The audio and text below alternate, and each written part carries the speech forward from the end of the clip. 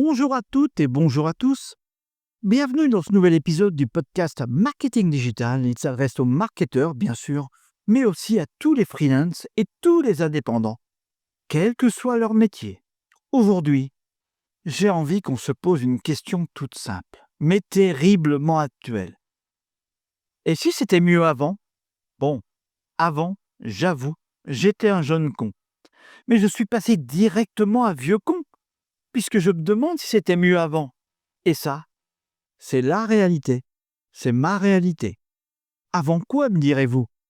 Mais avant le smartphone, avant les mails à 23 heures, avant les groupes WhatsApp Pro qui bipent pendant le dîner, avant cette impression d'être toujours en ligne, toujours disponible. Dans cet épisode, on va faire un voyage dans le temps, direction les années 90 ou même les années 2000, pour comprendre ce qu'on a gagné avec le digital, mais aussi ce qu'on a clairement perdu.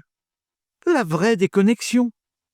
On parlera d'impact concret sur notre équilibre, notre santé, notre efficacité, et surtout comment on peut reprendre la main sans forcément revenir au fax.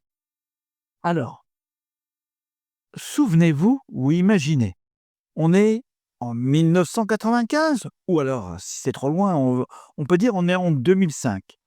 Si on veut être plus près de nous, les fax grésillent encore dans un coin.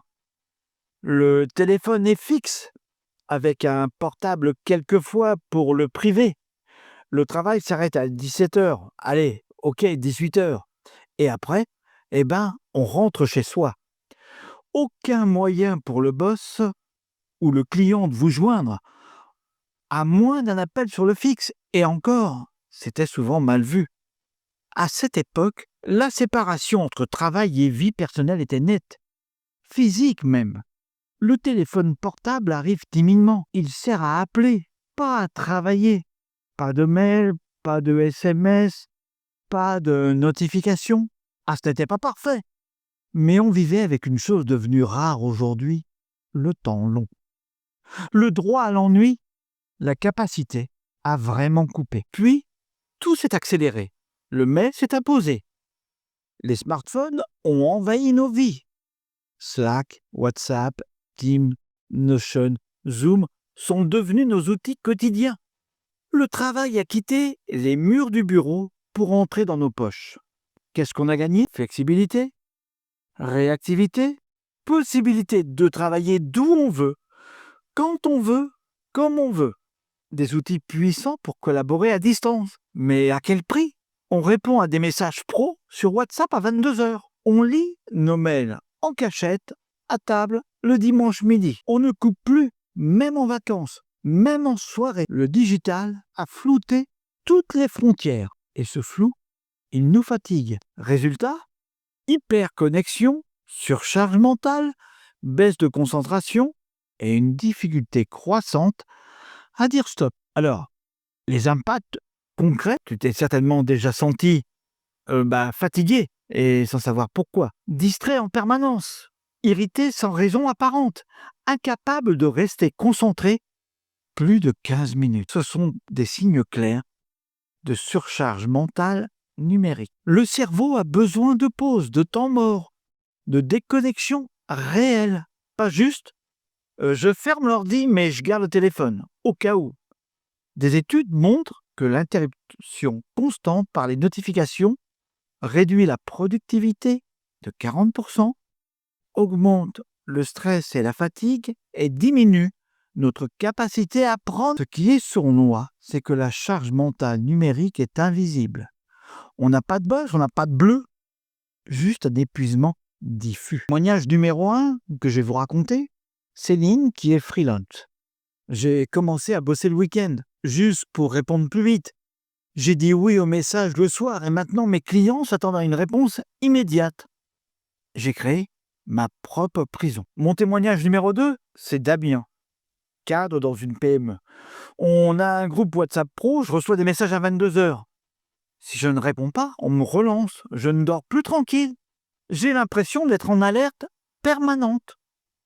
Le témoignage 3 que je vais vous raconter, Julie qui est en reconversion. J'ai quitté mon job de cadre pour me former. et retrouver le droit de respirer. Pas être joignable en permanence. Et c'est devenu un luxe. Ces récits, on les entend tous les jours. Et peut-être que toi, tu t'y reconnais. Alors je te propose, et c'est la bonne nouvelle, qu'on peut agir, je vais te proposer 6 solutions concrètes pour te protéger. Et ça commence par des choses simples. Fixer des horaires pour consulter tes mails. Ne pas ouvrir ta boîte mail pro avant 9 heures, ni après 18 heures. Mettre en place une réponse automatique claire en dehors de ces horaires. Il faut couper les notifications, supprime les alertes sonores et visuelles des applis pro. Garde la main sur ton attention. Supprimer les applis pro de ton téléphone perso. WhatsApp Pro sur le téléphone familial, c'est une mauvaise idée. Très mauvaise idée. Crée un vrai sas entre vie pro et vie privée. Instaure un rituel de fin de journée. Ferme ton ordi, range ton téléphone, va marcher, lis, médite. Envoie un message clair à ton cerveau.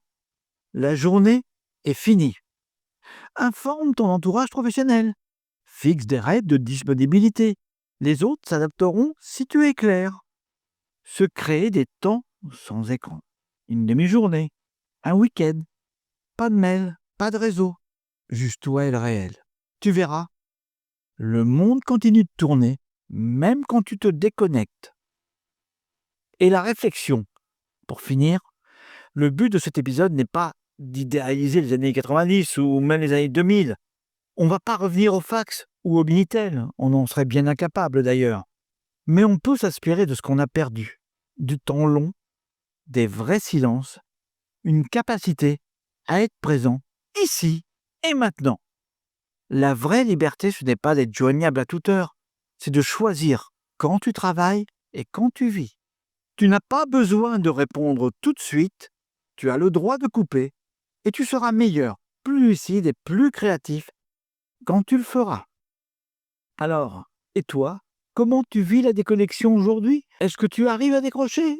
Ou est-ce que ton téléphone t'a colonisé sans que tu t'en rendes compte? Allez, viens m'en parler sur LinkedIn, sur Instagram, ou par email si tu préfères. Partage cet épisode à quelqu'un qui en a besoin. Et surtout, reprends la main. Merci de ton écoute, prends soin de toi, et à très vite pour un nouvel épisode de mon podcast sur le marketing digital et sur l'entrepreneuriat.